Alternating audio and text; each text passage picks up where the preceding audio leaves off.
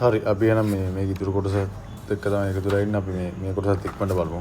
මේ කොටසේ ලොකු අමාරු මේ දෙයක් නෑ. මේ පොඩ්ඩක් මේක මේ තේරුම් ගන්න එක තමයි තියෙන්නේ. මේ moving target indication කියලා කියන්නේ ඒ කියන්නේ moving target indication and pulse Doppler processing use Doppler to reject clutter and enhance direction of moving targets. ඒ කියන්නේ මේ moving targets මේ clutters කියලා කියන්නේ මේ stationary objects. හරිද? මේ හරිද ඒවා පාවිච්චි කරලා මේ C clutter ඒවා අන්නේ වගේ rain clutter ඒ වගේ stationary object එක පාවිච්චි කරලා moving target එක detect කරගන්න method එකට තමයි මේ moving target indicator කියලා කියන්නේ. හරිද?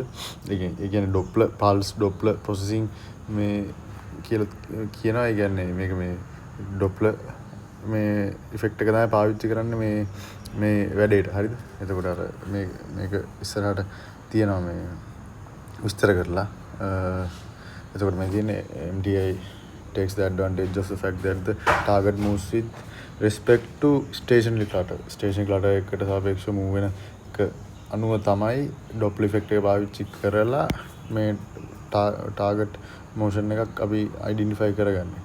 හරිද? ඒ කියන්නේ reflected waves from moving targets would cause phase shift while stationary targets or clutter would have the same phase shift. ඒ කියන්නේ අපි transmitter එකකින් අපි දැන් radar එකක් නිකුත් කරනවා කියලා හිතන්නකෝ. හරිද? ඒක radar එකේ මේ අපේ object එක ඇදලා ඔගේ මේ reflect වෙන wave එකක් තියෙනවානේ. reflect වෙන wave එකේ මේ phase shift එකක්. හරිද? phase shift එකක්. හරිද? හරි. phase shift එකක් ඒ කියන්නේ phase හරි frequency හරි හරිද? ඒ කියන්නේ shift එකක් තියෙනවා මේක moving target කරන. හරිද? moving target එකක් නෙවෙයි නම් මෙතනදී එහෙම කිසිම මේ shift එකක් ඇති වෙන්නේ නැහැ. හරිද? frequency එකවත් phase එකේවත්. හරිද?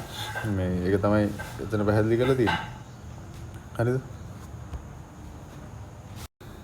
දැන් මෙතන මේ Doppler frequency එක ගැන පොඩි අදහසක් දීලා තියෙනවා. හරිද? radar use Doppler frequency to extract target radial free velocity as well as to distinguish between moving and stationary targets to objects such as clutter. හරිද? ඒ කියන්නේ Doppler frequency එක ගැන මම මෙතනදී මේක ලොකුවට පැහැදිලි කරන්න යන්නේ නැහැ. හරිද? ඒ කියන්නේ මෙතන මේ මොකද්ද වෙන්නේ කියන එක උදේ තියෙනවා. මේක බැලුවම තේරෙනවා මොකක්ද වෙන්නේ කියලා. ඒ කියන්නේ Doppler shift එක තමයි මෙතන පැහැදිලි කරන්නේ. මෙතනත් ඒ ටික තමයි තියෙන්නේ මම අර කියලා බලද්දී ඒ ටික නිසා මම මෙතනින් පැහැදිලි කරන්නම්. හරිද? මෙතනදී වෙන්නේ දැන් අපි මේ incident wave එකක් යවනවනේ මෙහෙට. හරිද? අපි incident wave එකක් යවනවා reflect wave එකක් එනවා මෙහෙට. හරිද? එතකොට දැන් මේ අපි මේ අපේ target එක closing target එක ගන්න. හරිද? අපේ target එක closing target එක ගන්න මේ reflect වෙන wave form එකේ frequency එක increase වෙනවා. හරිද? මතකද මේ A level වලදී මේක calculate එහෙම කරා. හරිද? ඒතකොට අපි ඒක blue shift එකක් කියලා කියනවා. frequency මේ වැඩි වෙනවා කියලා කියන්නේ මේ lambda අඩුයි. හරිද? මේක. හරිද? reflect වෙන wave form එකේ lambda අඩුයි. හරිද? එතකොට ඕපනින් ටාගට් එක නම් ටාගට් එක මෙතන එහෙන් එළියට නම් යන්නේ. ඒතර අපි ඉන්සිඩන්ට් වේව් එකක් කියුවම මේකෙන් රිෆ්ලෙක්ට් වෙන වේව් ෆෝම් එකේ ෆ්‍රීකවන්සි එක අඩුයි. හරිද? කලින් ෆ්‍රීකවන්සි එකට වඩා ෆ්‍රීකවන්සි අඩු වගේක් තියෙනවා. හරිද? ෆ්‍රීකවන්සි ඩික්‍රීසස්. ඒකට රෙඩ් ෂිෆ්ට් එකක් කියලා කියනවා. හරිද? ඔන්න ඔය මේ ෆ්‍රීකවන්සි එක අධ්‍යයනය කරලා තමයි මූවින් ටාගට් එකක් ඩොප්ලර් ඉෆෙක්ට් එක මගින් අපි අයිඩෙන්ටිෆයි කරගන්නේ. හරිද? එතකොට හරි එතකොට මේ MTI එකේදී වෙන්නේ මොකද්ද කියලා කියන්නේ stationary objects reflect at the transmit frequency, moving objects reflect at a shifted frequency. හරිද? ඒ කියන්නේ stationary නම් transmit frequency එකම තමයි reflect වෙන්නේ. moving target එක නම් මේ moving object එක නම් shifted frequency එකකින් තමයි reflect වෙන්නේ. හරිද? ඊට පස්සේ මේ MTI filter එක remove කරනවා remove the stationary clutter to reveal only the moving target. හරිද? හරි. එතකොට මේක මේ ඉස්සරහදී පැහැදිලි කරනවා. හරිද? මේ කියන්නේ ඔය continuous wave මේ signal පාවිච්චි කරලා range එක calculate කරන ඉස්සරහට දිනවා. එතනදී මේ අර මේ filters වලින් මොකද්ද වෙන්නේ කියන එක තියෙනවා. හරිද? low pass filters වලින් මොකද්ද කරන්නේ කියන එක එතන පැහැදිලි කරලා තියෙනවා. මම එතනදී ඒක කියන්න. හරිද? එතකොට ඒ ටික තමයි මෙතනින් උඩට දාගන්න තියෙන්නේ. මෙතනත් මේකම තමයි කියලා තියෙන්නේ. හරිද?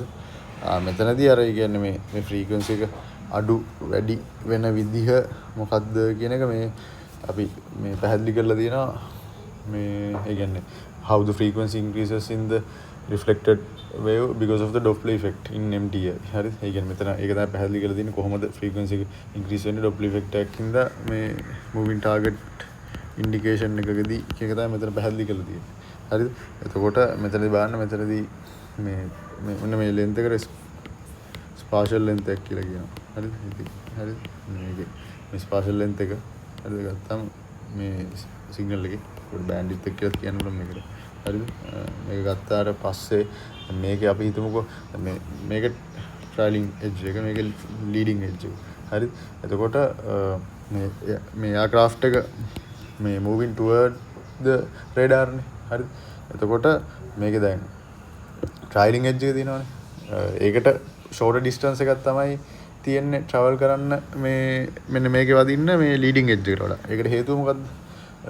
ඒකට හේතුව මේ trailing edge එක මේ leading edge එකත් ඉස්සරහට යනවා. trailing edge එකත් මෙහෙට එනවා. හරිද? ඒතකොට ඒ ඔක්කොමෙදි මෙයා මෙහෙට එනවානේ. හරිද? හරි. එතකොට අන්න එයා මේ එහෙට ආපු distance එකේ අඩුව තියෙනවා මේ හරිද? මේ trailing edge එක ලඟ වෙද්දි. හරිද? තේරුණාද? හරි. අන්න ඒ D කියන distance එකේ අඩුව තියෙනවා. හරි. ඒතකොට ඔය D හොයන්න පුළුවන්. හරිද? මේක මේ ඒ කියන්නේ දැන් මේක D distance එක අඩු වෙලානේ තියෙන්නේ සම්පූර්ණ distance එක.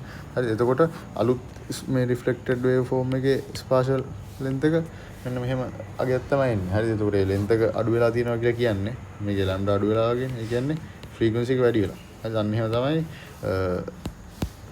object එක radar එක towards එහෙම නැත්නම් මේ closing object යන්න. හරිද? closing object යන්න මේ frequency එක වැඩි වෙන්න ඕන ඔහොම. හරිද?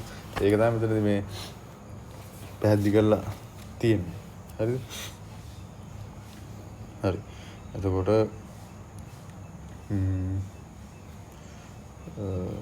කියන්නේ ඇත්තට මේ L කියලා කියන්නේ මේ ශ්‍රින D කියන distance එක. හරිද? මොකද මේ D අඩු වෙලානේ තියෙන්නේ මෙතනදී. හරිද? මොකද මෙතන තියෙන මෙයා මෙහෙට එනකොට මේ D ප්‍රමාණයක් travel කරනවා. හරිද? එතකොට මේ frequency එක අඩු වෙලා තියෙනවා. හරිද?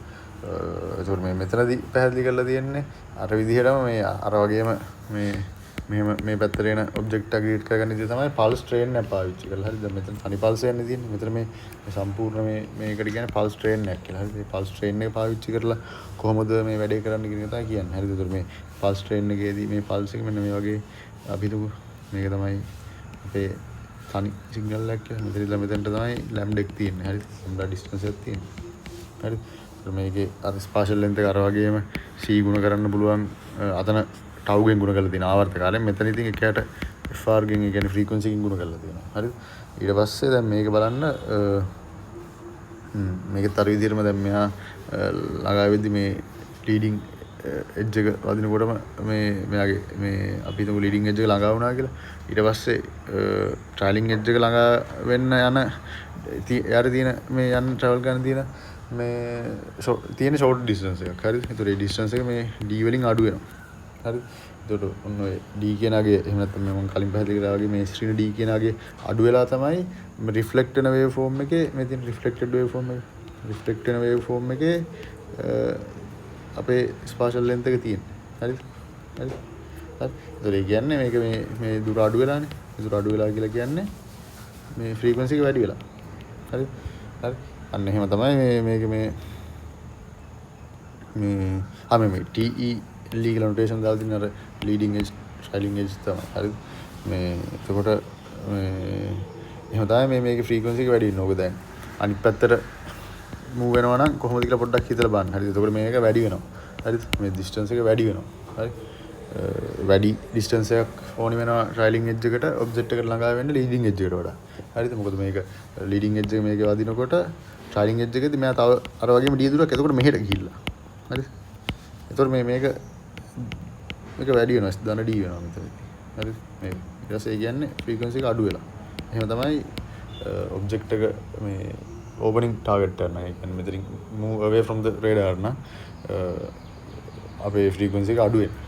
හරිද? අන්න ඒ වගේ දේවල් ටිකක් තමයි මෙතන තියෙන්නේ. ඒතර මෙතන මේ පැහැදිලි කරනවා Doppler response only to the motion towards or away from the radar, not sideways motion. හරිද? ඒ කියන්නේ මෙන්න මේ වගේ motions වලට Doppler එකෙන් අපිට response කරන්න මේකේ velocity එකවත් මොකක්වත් කියන්නේ කිසිම අපිට දෙයක් ගන්න බෑ. හරිද? ඒ කියන්නේ මේ මෙයා එක මෙන්න මේ දිශාවේ මෙන්න මේ ඩිරෙක්ෂන් එකේ වාර කම්පොනන්ට් එක. දැන් මේකේ තියෙනවනේ මේ කම්පොනන්ට් එක. මේ වගේ තියෙන මේ ඔබ්ජෙක්ට්ස් මෙන්න මෙයාටයි මෙයාව විතර ඩිරෙක්ට් කරන්න බෑ. මෙන්න මෙයාව ඩිරෙක්ට් කරගන්න බෑ. හරිද? ඩොප්ලර් මේ ඉෆෙක්ට් එක. හරිද? ඊට පස්සේ මේ continuous waves ගැන තියෙනවා මේක. මේ continuous waves ගත්තාම දැන් continuous waves ගත්තාම දැන් අපි කලින් pulse waves කතා කරා. මේකෙන් තමයි pulse wave එකෙන් තමයි අපිට පුළුවන් මේ හරියටම අපිට range එකක් ඩිටෙක්ට් කරගන්න. හරිද? එතකොට මේ conventional continuous wave radars වලින් එහෙම range එක ඩිටෙක්ට් කරගන්න බෑ. හේතුව දැන් pulse waves වල මෙහෙම අපි මේ මෙන්න මේ විදිහට අපේ pulse repetition interval එකක් තිබ්බේ. හරිද? හරිද? එන්න මේ හරියදී ඒකට අපිට රිසීව් වුණොත් එකෝ එක අපිට ඩිටෙක්ට් කරගන්න පුළුවන්. මෙන්න මේ එකෝ එක ඇවිල්ලා තියෙන්නේ ඔබ්ජෙක්ට් එකකින් කියලා. මොකද මෙහෙම මේක කන්ටිනියුස් වුණ ගමන් හරි මේක මෙහෙම කන්ටිනියුස් වුණොත් දැන් මේක ඇල්ලත් මේ සිග්නල් එකේ ඇම්ප්ලිටියුඩ් එක එනවා. ඒකට අපිට මේක ඩිටෙක්ට් කරගන්න බෑනේ. හරිද? ඒකට ඒ නිසා කන්වෙන්ෂනල් කන්ටිනියුස් වේව්ස් වලින් අපිට බෑ මේ ඩිටෙක්ට් කරගන්න රේන්ජ් එක. හරිද? එතකොට එනකොට මේකේ මේ rate of change in targets range කියන එක මේ ඒ කියන්නේ එහෙම නැත්නම් සරලව කිව්වොත් velocity එක වගේ දේවල් target එක තප්පරයකට කොච්චර range එක වෙනස් කරනවද එහෙම නැත්නම් ඒ target එකේ velocity එක වගේ කියන එක අන්න ඒක ඩිටෙක්ට් කරගන්න ගොඩක් හොඳයි මේ continuous waves මේ waves කියන එක. හරිද? ඒක මේ Doppler shift එක පාවිච්චි කරලා අර විදිහටම මේ return signal එකේ මේ ඒ instantaneous velocity එක මේ ඉගෙන ඒකේ target range එක කොච්චර ප්‍රමාණයකින් change වෙනවද rate of change in targets range එක අපිට හොයන්න පුළුවන් මේ continuous waves වල. හරිද? ඒකට continuous waves හොඳයි. හරිද? හරි. එතකොට හැබැයි දැන් මේ අර පොලිසියෙම තියෙන්නේ මේ ස්පීඩ් එක මෙෂර් කරන සීන් එක. ඒතකොට ඒ continuous waves තමයි පාවිච්චි කරන්නේ කියලා තියෙනවා මෙතන. හරිද? එතකොට ඊළඟට මෙතන ඊට පස්සේ දැන් මෙතන දැන් අපි දැන් continuous waves වලින් අපිට බෑනේ range එක ඩිටෙක්ට් කරන්න. හරිද? හැබැයි අපිට frequency modulated continuous waves කියලා එකක් තියෙනවා. ඒකෙන් පුළුවන් range එක ඩිටෙක්ට් කරගන්න. හරිද?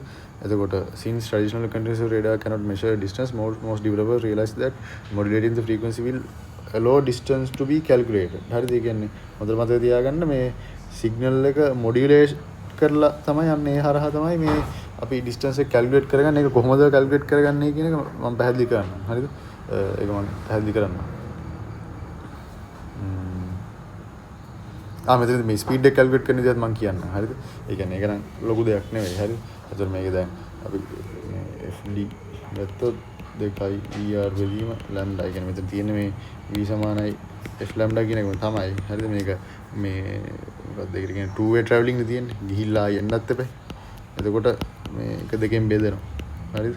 එතකොට මේක දෙකෙන් බෙදුනහම අපිට මේ කියන්නේ මේ මෙන්න මේ frequency එක ඇසුරෙන්. හරිද? මේ FD කියන මේ frequency එක ඇසුරෙන් ඒ කියන්නේ අපිට පුළුවන් මේ කොච්චර මේ rate of change of distance එකක් එහෙම නැත්නම් rate of change of target range එකක් හරිද තියනවද කියලා හොයන්න මේ FD හොයන්නේ මේ Doppler effect එක පාවිච්චි කරලා. ඒ කියන්නේ අපි transmit කරන frequency එකයි receive කරන frequency එකයි වෙනස වගේ එකක් තමයි මේ beat frequency කියලා කියන්නේ මේකට. හරිද? ඒක මේ මෙතන පැහැදිලි කරලා මම අමතරව කියන්නේ මේක මෙන්න මේ කැලේදී පැහැදිලි කරනවා. හරිද? ඒතර මේ beat frequency එක ඇසුරෙන් හරිද? අපිට පුළුවන් මේ beat frequency කියලා කියන්නේ අර වෙනස. හරිද? receiving and transmitting frequencies වල වෙනස. ඒ වෙනස ඇසුරෙන් අපිට හොයාගන්න පුළුවන් distance එක. distance එක නෙවෙයි velocity එක. හරිද? velocity එක අපිට හොයාගන්න පුළුවන්. හරිද? distance එක නෙවෙයි. හරිද? distance එක හොයන්නේ මෙන්න මේ ආගේ. හරිද? normal conventional CW radars වලින් distance එක හොයන්න බෑ. velocity එක හොයන්නේ මෙන්න මෙහෙම. මේක දෙකෙන් බෙදෙන්නේ අර ගිහිල්ලා එන්නත් එපා මේක. හරිද? two way travelling නිසා තමයි දෙකෙන් බෙදෙන්නේ මේක. හරිද? හරි. එතකොට දැන් මේ මෙතන කතන්දරෙත් මම කියලා ඉන්නම්. හරිද? එතකොට මේකේදී අවිල්ලා වෙන්නේ මේ frequency modulated continuous waveform එක හැඩය මම වර්ණයක් අදහස් ඉස්සෙල්ලා කියන්න. හරිද? ඒ අදහස ගත්තාම ඔයාලට පොඩ්ඩක් ලේසි. ඒ කියන්නේ මොකද්ද මේකේ වෙන්නේ කියන එක. මොකද මේකේ තනින් තන තමයි දේවල් තියෙන්නේ ලෙක්චර් නෝට් එකේ. ඒතර මේක අපි පැහැදිලි කරොත් එහෙම මෙහෙම එකක් තමයි තියෙන්නේ. හරිද? මේක අපි මේ වගේ වේව් ෆෝම් එකක් මෙතනදී වෙන්නේ. හරිද? මම ඒක පැහැදිලි කරනවා. අපි මෙන්න මෙහෙම ගත්තොත් එහෙම මේකේ හරිද? එන්න මේකේ හරිද? මුලින්ම ෆ්‍රී මෙන්න මේ වගේ සීන් එකක් තියෙනවා. හරිද? ඔන්න එන්න මේකේ ෆ්‍රීකවන්සි එක වැඩි වෙනවා. එන්න හරිද? ඔන්න ඔහොම දෙයක් තමයි මේක වෙන්නේ. හරිද? එන්න වැඩි වෙනවා මේකේ ෆ්‍රීකවන්සි එක. හරිද? මේක මෙහෙට යන්න එන්න මේක ලඟ වෙනවා. එකම ඇම්ප්ලිටියුඩ් එකෙන් හරිද? එකම ඇම්ප්ලිටියුඩ් එකෙන් තමයි එන්නේ මේක අර මේ එන්න මේක ලඟ වෙලා තමයි තියෙන්නේ. හරි? ඒ වගේ හැඩයක් තමයි තියෙන්නේ මේකේ. හරිද? ඒතකොට ඒ කියන්නේ එන්න ෆ්‍රීකවන්සි එක ලඟ වෙනවා. හරිද? ඒ කියන්නේ උදාහරණයක් විදිහට දැන් මෙතන මේ එන්න ෆ්‍රීකවන්සි එක දැන් පටන් ගද්දී F note නම් ෆ්‍රීකවන්සි එක තිබ්බේ. හරිද? එන්න මේකේ ෆ්‍රීකවන්සි එක වැඩි වෙනවා. හරිද? ඒ කියන්නේ අපි ගමුකෝ T mode කියලා ටයිම් එකක් කියලා. මේ T mode කියන ටයිම් එක කියලා කියන්නේ අපි දැන් මේ යවන සිග්නල් එකේ මම අර පැහැදිලි කරා වගේ එන්න ෆ්‍රීකවන්සි එක වැඩි වෙවි යන්නේ. හරිද? මෙහෙම තියෙන එක ඔන්නෝම වැඩි වෙවි දිගටම යනවා වැඩි වෙවි. හරිද? එකම ඇම්ප්ලිටියුඩ් එක කියන්නේ. හරිද? එහෙම වැඩි වෙවි යනවා. ඒතර වැඩි වෙවි යද්දි අර රිසීවින් සිග්නල් එක වදින මොහොතක් තියෙනවනේ. ඒ කියන්නේ අර දැන් මේ අපි යවන්නේ දැන් ඔය මම කියපු මෙන්න මේ වගේ සිග්නල් එකක්. හරිද? ඔහොම මෙහෙට යවනවා ඒක. හරිද? ඊට පස්සේ ඔක රිෆ්ලෙක්ට් වෙලා එනකොට ඔය රිසීවින් මේ රිෆ්ලෙක්ට් වෙලා එන රිසීවින් සිග්නල් එකේ එක වදිනවනේ ඔගේ. ඔය යන එකේ ඇවිල්ලා වදිනවනේ. හරිද? අන්න ඒ වදින මොහොතේ කාලය තමයි මේ T mode කියලා කියන්නේ. හරිද? ඒතර ඒ වෙද්දි මේක දැන් ෆ්‍රීකවන්සි එක අපි එන්න දිගටම වැඩි කරනවා. ඒ කියන්නේ අපිට රිසීව් නැත්නම් ටාගට් එකක් එහෙම තවත් එක දිගටම වැඩි වෙවි යනවා. හරිද? ෆ්‍රීකවන්සි එක වැඩි වෙවි යන්නේ. හරිද? එතකොට හම්බෙනකන් ටාගට් එකක් හම්බෙනකන් ෆ්‍රීකවන්සි එක වැඩි වෙවි තමයි යන්නේ. හරිද? ඒක තමයි මේ ෆ්‍රීකවන්සි මොඩියුලේටඩ් කන්ටිනියස් වේව් එක කියලා කියන්නේ. හරිද? එතකොට වැඩි වෙවි යනවා යම් මොහොතකදී අපිට ෆ්‍රීකවන්සි එක F note කියන පටන් ගත්ත ෆ්‍රීකවන්සි එක F1 කියන ෆ්‍රීකවන්සි එකට එනවා මේ F1 කියන ෆ්‍රීකවන්සි එකට එනවා මේ අපේ ඔබ්ජෙක්ට් එක රිසීව් වුණාම අන්න ඒතර කාලේ T mode. හරිද? මෙන්න මේ F dash කියන ෆ්‍රීකවන්සි අනුක්‍රමණය තියෙනවා මෙතනදී. හරිද? හරි. එතකොට මේක මේ ලීනියර් රැම්ප් එකක් විදිහට තමයි ෆ්‍රීකවන්සි ඩොමේන් එකේ ඇඳුම් පේන්නේ. හරිද? ට්‍රිප් එකක් විදිහට තමයි මේ පේන්නේ සාමාන්‍ය ටයිම් ඩොමේන් එකේ යනදොත් මේක අර වැඩි වී යන නිසා ඉන්ස්ටන්ටේනියස්ලි අර නිකන් මාර වැඩි වීමක් තියෙනවා වගේ අදහසක් එතනදී කියන්නේ. ඒ කියන්නේ කොහොම හරි ඔලුවට දාගන්න ඕනේ. අපි යවන සිග්නල් එකේ ෆ්‍රීකවන්සි එක වැඩි වී තියෙන්නේ මේ ටාගට් එක ඩිටෙක්ට් කරගන්නකම්. ඒ කියන්නේ ටයිම් ඩොමේන් එකේ ගත්තොත් එහෙම කන්ටිනියස් රේඩාර් එකක් පර්ෆෙක්ට් ස්ටඩි සයින් වේව් එකක්. හරිද? ඊට පස්සේ මේ සයින් වේව් එකක් තියෙන ෆ්‍රීකවන්සි එක වැඩි වෙන. එතකොට අරගේ මේ මම ඉක්වේෂන් එකෙන් පැහැදිලි කරන්න. හරිද? මෙන්න මේක තමයි මතක තියාගන්න ඕනේ ඉක්වේෂන් එක. මෙන්න මේක මතක තියාගන්න. හරිද? sin 2πt F note කියන අපි ආරම්භ ෆ්‍රීකවන්සි එක අනිත් එක F dash t වෙදීම දෙක. හරි ඔය මොඩියුලේට් කරපු වේව් ෆෝම් එක මේ කියන්නේ ට්‍රාන්ස්මිටර් එකෙන් අපි යවන්නේ මේක. ඒක තමයි මම අර ඉස්සෙල්ලා ඇඳලා පෙන්නන්නේ. හරිද? මේතර මේ F dash කියලා කියන්නේ F1 රින F note බෙදීම T mode. හරිද? හරි. එතකොට මේක තමයි අපි යවන සිග්නල් එක. හරිද? හරි. එතකොට දැන් මේ ඩිස්ටන්ස් එකක් ට්‍රැවල් කරලානේ රිෆ්ලෙක්ට් වෙන්නේ. හරිද? ඒ කියන්නේ අපි මේ D කියලා කියන්නේ ඩිස්ටන්ස් එකට තියෙන දුර. හරිද? ඊට පස්සේ මේ D කියලා කියන්නේ ඩිස්ටන්ස් එකට තියෙන දුර, C කියන්නේ ප්‍රවේගය. මේක මේ ආය මේ D හොනකොට TC බෙදීම් දෙක වෙලා තියෙන්නේ. අපි අර ගිහිල්ලා ආය එන්නත් එපා 2 way traveling නිසා. හරිද? ඒකයි මේ දෙකෙන් බෙදලා තියෙන්නේ. මේ දෙක තමයි මෙතන තියෙන්නේ. හරිද? ඒක කොහොම හරි මතක තියාගන්න ඕනේ මෙන්න මෙතනදී වැදගත්ම දෙක මෙන්න මේ ට්‍රාන්ස්මිටර් එකේ සිග්නල් එක. හරිද? 2πt F note දාන F dash t යට දෙක කියන එක තමයි මේ මොඩියුලේට් වුණ සිග්නල් එක ට්‍රාන්ස්මිටර් එකේ. හරිද? ඔන්න ඔගේ මේ t කියන පදේ වෙනස් වෙනවා මේ ඩිලේ එකක් වෙලා රිසීව් වෙලා වන්න. එතනින් තමයි අයිඩෙන්ටිෆයි කරගෙන ෆ්‍රීකවන්සි එක මේ ෆ්‍රීකවන්සි කියන්නේ ඩිස්ටන්ස් එක අපි හොයන්නේ. හරිද? ඒතකොට මෙන්න මේ කාලය ඇවිල්ලා 2id බෙදීම c. හරිද? ඒක පොඩි දෙයක් නෙමෙයි මේක තේරෙන දෙයක් නේ. හරිද? ඊට පස්සේ දැන් මේ බලන්න receive signal is identical to the transmitted signal but delayed in time. හරිද? මේ time delay එක ඇවිල්ලා තියෙනවා. හරිද? අර time delay එක මෙතනට ඇවිල්ලා තියෙනවා. t රින td කියන time delay එකක් වෙනවනේ අපි මේ අරක ගිහිල්ලා එද්දි. අන්නේ ටයිම් ඩිලේ එක තියෙන සිග්නල් එකක් තමයි අර විදිහම අපි ආපු සිග්නල් එකේම ඒ ටයිම් ඩිලේ එක තියෙන සිග්නල් එක තමයි දැන් අපිට රිසීව් වෙලා තියෙන්නේ. හරිද? එතකොට මේ එතනින් කොහොමද අපි මේ කැල්කුලේට් කරන්නේ ඩිස්ටන්ස් එක කියන එක මම පැහැදිලි කරනවා. හරිද? ඒ කැල්කුලේට් කරන මෙන්න මේ බීට් ෆ්‍රීකවන්සි එක මේ තියෙන්නේ. කලින් මම බීට් ෆ්‍රීකවන්සි කියන කිව්වා. මේ F out කියලා කියනවා. හරිද? එහෙම නැත්නම් F බීට් ෆ්‍රීකවන්සි කියලා කියනවා. හරිද? ඒතර බීට් ෆ්‍රීකවන්සි කොහොමද අනුක්‍රමණය ගුණ කරනවා TD එක. හරිද? අනුක්‍රමණය කියලා කියන්නේ F1 වෙන F0 බෙදීම T mode. හරිද? ඊට පස්සේ මේ TD කියලා කියන්නේ 2D බෙදීම C. හරිද? ඔන්න ඔක තමයි බීට් ෆ්‍රීකවන්සි එක. නැත්නම් F out කියලා කියන්නේ. හරිද? මේ එතකොට මේ අන්න ඒ බීට් ෆ්‍රීකවන්සි එක කියලා කියන්නේ නිකන් මේකේ වෙනසට ප්‍රොපෝෂනල් දෙයක්. හරිද? ෆ්‍රීකවන්සිස් දෙකේ මේ වෙනසට ප්‍රොපෝෂනල් දෙයක් තමයි මේ බීට් ෆ්‍රීකවන්සි එක කියලා කියන්නේ. හරිද? එතකොට මේ transmitted and received signal දෙකේ ෆ්‍රීකවන්සි වල වෙනස තමයි මේ බීට් ෆ්‍රීකවන්සි එකෙන් අපි ඉන්ඩිකේට් කරන්නේ. හරිද? ඒතර මේ transmit සිග්නල් එක ගිහිල්ලා තියෙනවා. මේ රිසීව් සිග්නල් එක ගිහිල්ලා තියෙනවා. මේ වෙනස තමයි බීට් ෆ්‍රීකවන්සි එක විදිහට අපි මේ ප්ලොට් කරන්නේ. හරිද? ඒතර මේ අපි දැන් මම අර කිව්වනේ ලෝ පාස් කතන්දරයකුයි මේ ලෝ පාස් ෆිල්ටර් කතන්දරය. හරිද? ඒතර ඒ ලෝ පාස් ෆිල්ටර් කතන්දරේ කොහොමද එන්නේ කියන එක මම මෙතනදී පැහැදිලි කරන්න. හරිද? මෙන්න මේ මෙතනදී බලන්න දැන් අපි යවුවනේ සයින් වේව් එක. හරිද? අපි යවුව සයින් වේව් එක මේක කියලා දානවා ට්‍රාන්ස්මිටර් එක. එන සයින් වේව් එක මේක කියලා දානවා. ඔන්න ওই දෙක ගැටෙනවනේ. ඔන්න ගැටුණාට පස්සේ ඒ කියන්නේ ගැටෙනවා කියලා කියන්නේ මේ දෙක අතර මල්ටිප්ලිකේෂන් එකක් වෙන්නේ. ඔය දෙකේ මල්ටිප්ලිකේෂන් එකක් වුණාම මේ සයින් ගුණ වෙනවා කියලා කියන්නේ මේ සූත්‍ර අනුව මෙහෙම නෙන්නේ. හරිද? එතකොට මෙන්න මේක තමයි. හරිද? මෙන්න මේක තමයි මෙන්න මේක ඇසුරෙන් තමයි මෙන්න මේක ඩිලීට් කරගන්නේ. හරිද? හරි. ඒ කියන්නේ මේ වෙනස ඇසුරෙන් තමයි මේ F out එක විදිහට අපි මේක ගන්න. හරිද? මේ ෆ්‍රීකවන්සිස් වල වෙනස. හරිද? මේ F1 F0 ඒ කියන්නේ ෆ්‍රීකවන්සිස් දෙකේ වෙනසෙන් තමයි අපි මේක ඩිලීට් කරගන්නේ. හරිද? ඒ කියන්නේ මෙන්න මේක ඒතර මේක අඩු ෆ්‍රීකවන්සි ගන්න මෙන්න මේක අපි ලෝ පාස් ෆිල්ටර් එකෙන් යවුවම මේක අයින් වෙලා යනවා. හරිද? එහෙම දෙයක් තමයි වෙන්නේ. හරිද? ඒ කියන්නේ දැන් මේක දැක්කාම මේ සමීකරණය දැක්කාම තේරෙනවා. හරිද? දැන් මේ සමීකරණයන් කියවලා අපිට පොඩ්ඩක් තේරුම් ගන්න පුළුවන් දේවල් ටිකක් තියෙනවා. ඒ ටික ඔලුවට දාගන්න ඕනේ අපි. හරිද? ඒකත් තමයි මේක මේකට තමයි බෑන්ඩ්විඩ්ත් එක කියලා කියන්නේ. හරිද? මෙන්න මේ බෑන්ඩ්විඩ්ත් එක වැඩි වෙන්න. හරිද? හරි මේ බෑන්ඩ්විඩ්ත් එක මේ බෑන්ඩ්විඩ්ත් එකයි මේ කියන්නේ ඩිස්ටන්ස් එකයි වැඩි වෙන්න. හරිද? මෙන්න මේ බීට් ෆ්‍රීකවන්සි එක වැඩි. හරිද? හරි. එහෙම අපි දැන් අපි කොච්චර දුරකට මේකේ මේ මොකක්ද කියන්නේ රේන්ජ් එක තියෙනවද කියලා බලමු පොඩ්ඩක්. ඒ කියන්නේ එතකොට අපිට මේක දැන් අපි හිතමු අපි දැන් මේ අපේ මොකක්ද කියන්නේ ඔව් මෙතන දැන් අපි හිතමුකෝ අපේ බෑන්ඩ්විඩ්ත් එක මේ ගොඩාක් වැඩි කියලා. හරි බීට් ෆ්‍රීකවන්සි එක නියතයි කියලා හිතන්න.